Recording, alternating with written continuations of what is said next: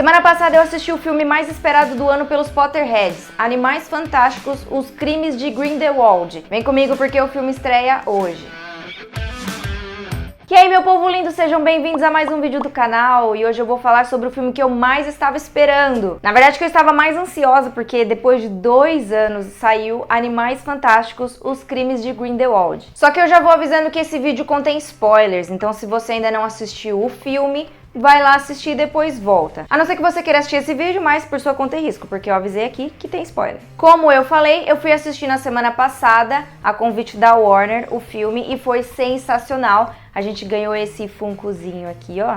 Funkozinho ficou esquisito, mas essa caneta de Funko aqui, muito bonitinha, escolhido pelo Lúcio. E eu fiquei muito feliz porque eu queria muito ir, então eu surtei quando vi esse e-mail dessa cabine. E muito obrigada, Warner, por esse convite. Eu só tenho a dizer que eu adorei o filme, eu estava muito ansiosa e com a expectativa lá em cima, como a maioria das pessoas, e foi maravilhoso mesmo. Eu vou falar a minha opinião, a opinião da Maíra, tá? Eu sempre falo que é bom você ir assistir o filme, tirar suas próprias conclusões, independente do que os outros dizem. E eu serei bem sincera aqui, eu vou falar o que eu gostei e uma coisinha que eu não gostei. Na verdade que, não foi muito legal pra mim. Bom, então vamos começar, né? No filme passado a gente viu que o Grindelwald foi desmascarado pelo Ministério da Magia americano e ele foi preso. Então o filme já começou daquele jeito, né, gente? Com muita ação, muita aventura ali, muita magia, né? Efeitos visuais maravilhosos que eu surtei de verdade mesmo. E já fiquei, puta merda,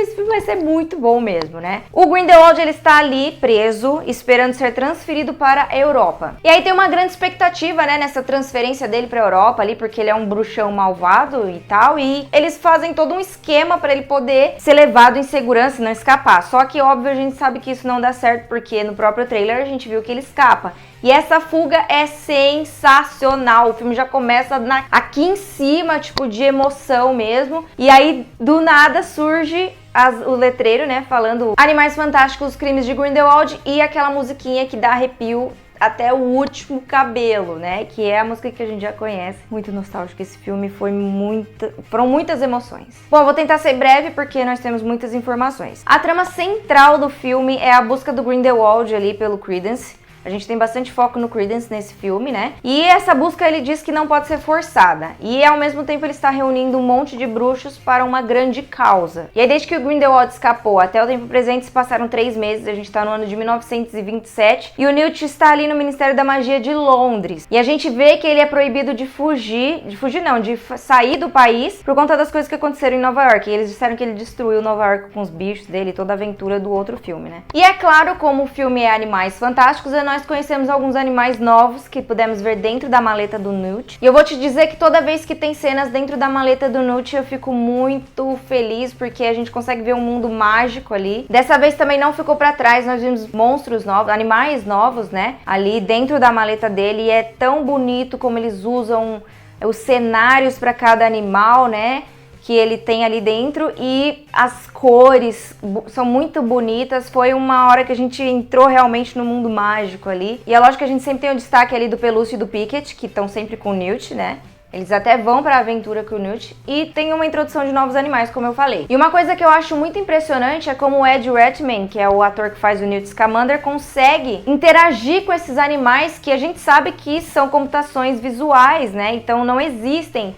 E como ele interage com eles é muito bonito de ver, faz você acreditar mesmo naquilo, que eles existem de verdade, né? E aí o Newt está lá no Ministério da Magia e a gente vê pela primeira vez a Leta Lestrange. Tem muita coisa pra falar dela, então eu acho que não sei se eu faço outro vídeo pra falar mais. Mas enfim, esse nome Lestrange não é novo pra vocês, né? E também vimos o irmão do Newt, o Teseu, né? Que apareceu ali. E, gente, como é impressionante como os dois se parecem mesmo. O cabelo, alguns traços no rosto, o jeito. Eu achei muito legal eles terem achado esse ator pra ser irmão dele. E foi também legal ver um pouco da família do Newt, né? Que o Teseu, ele é um auror. E um auror sempre é uma profissão ali de orgulho, de respeito. E o Newt não é nem perto disso, né? Ele é um magizoologista, que é que cuida de criaturas mágicas, né? Então fica um pouco claro ali a diferença de um pro outro. E aí lá no Ministério da Magia é revelado para o Newt, como a gente já sabia, que o Credence está vivo. E é aí que surge o nosso diretor, professor mais querido de todos, Alvo Dumbledore. E eu tenho que fazer uma pausa aqui para falar um pouco sobre o Alvo Dumbledore, que eu achei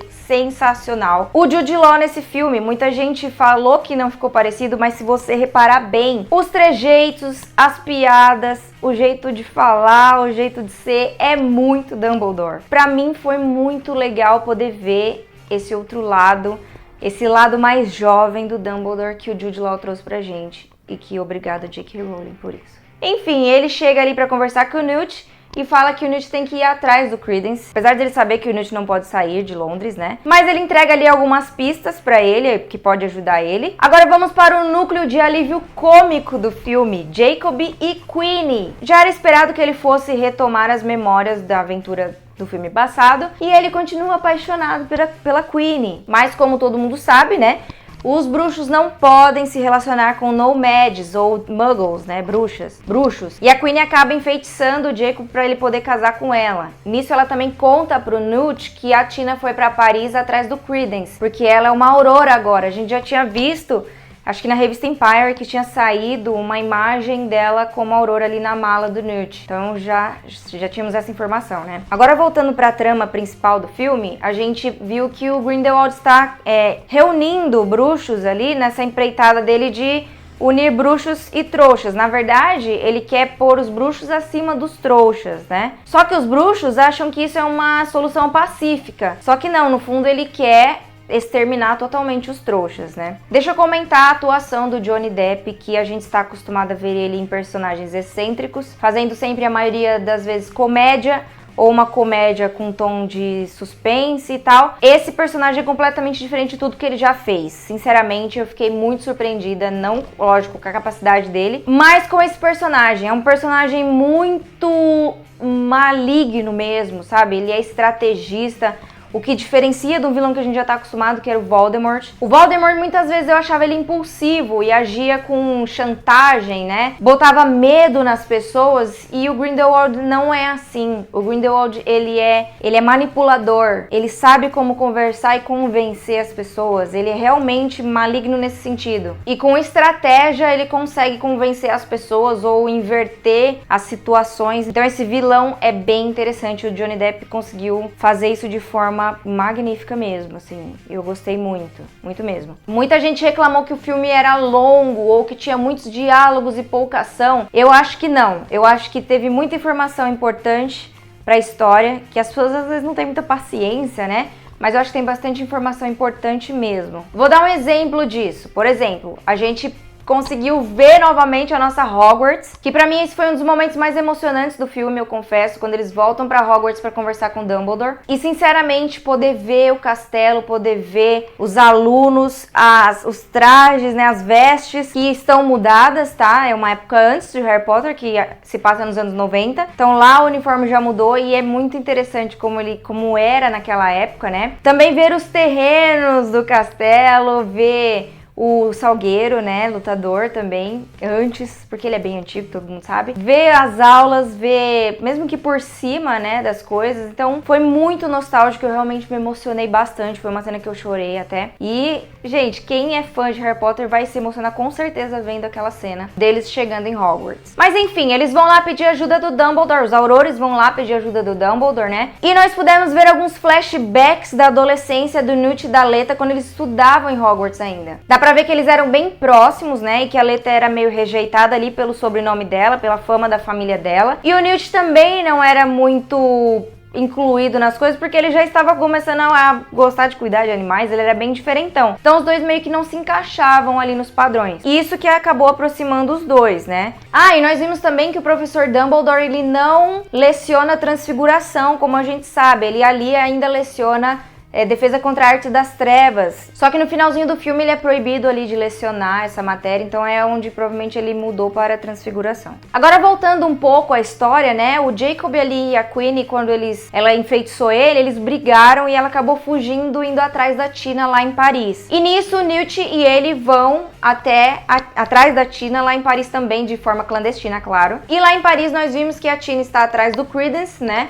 E ela acaba entrando numa espécie de beco diagonal. Eu confesso que me lembrou bastante beco diagonal, né? E lá nesse lugar ela acaba encontrando uma espécie de circo itinerante. E nesse circo, quem está lá? O Creedence. Só que ele não está sozinho, ele está com uma moça chamada Nagini. Sim, esse nome é familiar, todo mundo conhece, todo mundo viu no trailer, surtou também quando viu sobre isso. Sim, Nagini, a mesma cobra do Lord Voldemort. Pra quem não sabe, a Nagini humana, ela é uma Maledictus. O que é uma Maledictus, Maíra? Uma Maledictus é uma pessoa que tem uma maldição de sangue e futuramente ela vai virar por completo aquele animal. Então ela está condenada a isso, ela não vai mais ser humana. E a gente ainda não sabe como que vai ser mostrado isso, se vai ser mostrado isso, né? Mas lá nos anos 90 ela já é uma cobra permanente. Na verdade, eu acho que antes disso até, ela era a cobra do Lord Voldemort, né? Mas enfim, nessa época ela ainda é humana, e ela tem essa maldição, ela vira cobra quando ela quer, e ela trabalha num circo forçada. E ela está com Creedence, que busca saber a sua origem a qualquer custo. Esse é o objetivo da vida dele, ele não sabe quem ele é, de onde ele veio. Só que dá a entender que o Creedence é o irmão perdido da Leta Lestrange, porque desde o começo tudo indica que ele seja esse irmão perdido dela. Ela até nega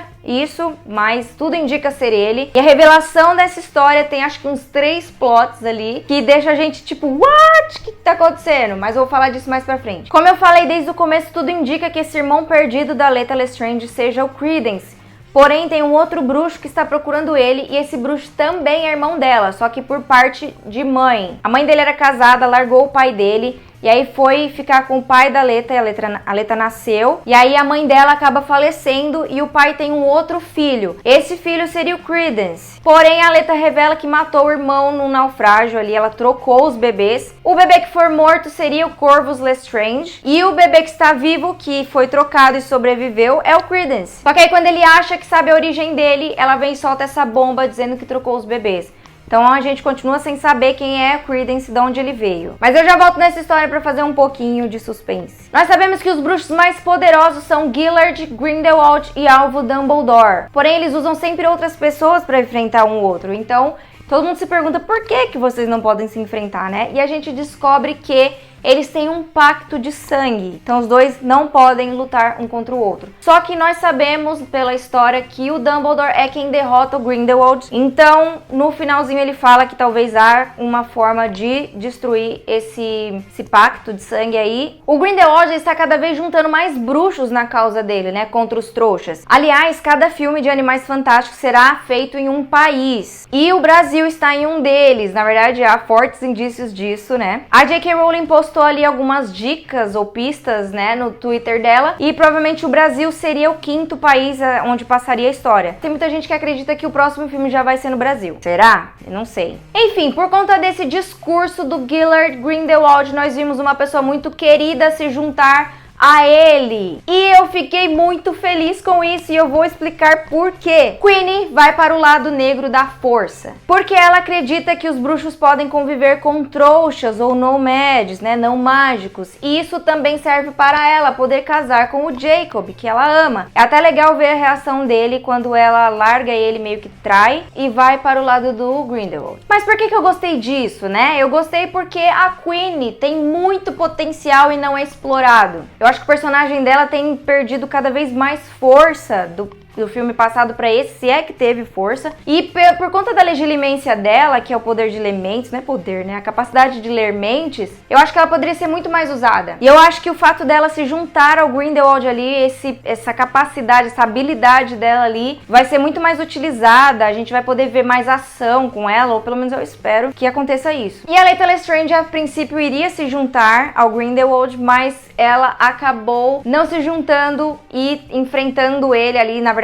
se sacrificando para poder salvar os outros aurores, inclusive o Teseu e o Newt. E eu achei isso muito legal, porque mostra que ela tem um coração bom. A família Lestrange tem a fama, né, que a gente já conhece, e eu achei muito legal eles colocarem isso, porque mostra que ela é diferente e as pessoas estavam erradas em relação a ela. E o Credence acaba se juntando também ao lado negro da força, indo com o Grindelwald, e me surpreendeu que a Nagini não foi, e eu acho que isso vai ser muito interessante, né? O Credence foi porque a todo custo ele quer saber quem ele é, de onde ele veio. E no finalzinho do filme, aos 45 do segundo tempo, a gente descobriu quem é Credence. No início do filme, o Dumbledore ele comentou que todo Dumbledore que estiver em perigo, precisar de ajuda, ou chamar uma fênix, ela iria até ele. Ou seja, a fênix é ligada a toda a linhagem Dumbledore. Eis que tivemos a maior revelação de todo o filme. O Grindelwald está conversando com o Credence e ele comenta dessa ligação do Dumbledore com as fênix. E ele, o filme inteiro, está com um passarinho ali na mão, que eu achei que fosse o corvo. Porque o corvo é o símbolo da família Lestrange. E até então a gente achava que ele era dessa família, né? O irmão perdido da Leta lá. Só que não, aquela era uma fênix. E é revelado que Credence é irmão de Alvo Dumbledore,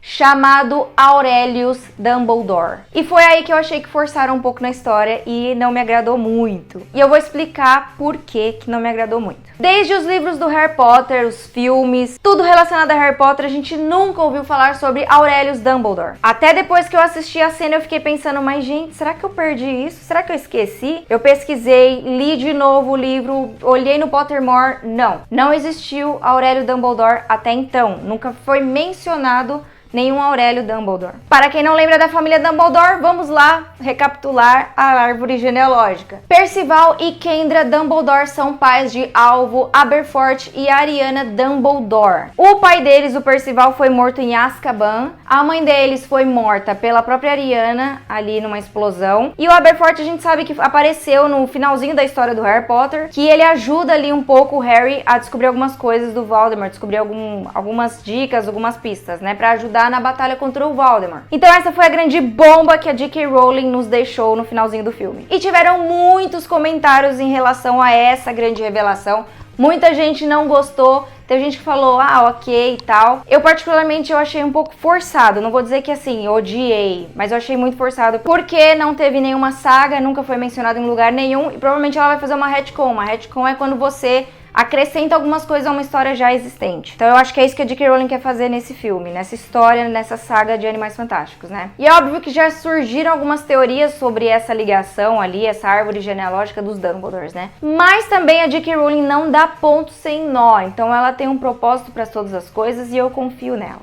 E teve um detalhe que eu esqueci de comentar, que é o Nicolau Flamel aparece nesse filme e foi sensacional poder dar um rosto a um personagem que a gente já ouviu falar lá no começo da saga, no começo dos livros, no começo do filme, quando eu tinha apenas 11 anos, né? Nicolau Flamel é o criador, junto com Dumbledore, da Pedra Filosofal, do primeiro filme. Eu fiquei muito feliz porque ele também ajudou de uma forma muito importante na história. Bom, na minha opinião, eu acho que esse filme ele é muito pra quem é fã e pra quem conhece o universo de Harry Potter, porque se você for assistir por assistir, você com certeza vai boiar em algumas coisas. Mas no geral o filme é sensacional. Não tem como não gostar de algum filme desse universo, a não ser que você não seja um Potterhead. Eu saí com uma mistura de sentimentos do que achar, lógico que demora pra digerir um pouco as informações, mas eu adorei o filme, trouxe a magia de volta, trouxe algumas coisas que a gente estava com saudade também desse universo, e a gente vai ter que esperar agora mais 2 anos para tudo ser revelado definitivamente ali, ou continuar a história e nos responder algumas dúvidas que ficaram aí no ar. Se você não viu ainda, vá ver no cinema, vai assistir. Se você já assistiu, vai assistir de novo. Eu pelo menos quero assistir umas 2 vezes mais para poder sentir de novo tudo que eu senti, essa emoção. E se você gostou desse vídeo, já sabe, clica no curtir ali, se inscreve no canal se você não é inscrito e me segue lá nas redes sociais para saber tudo que vai acontecer por aqui. Até a próxima, pessoal, e tchau!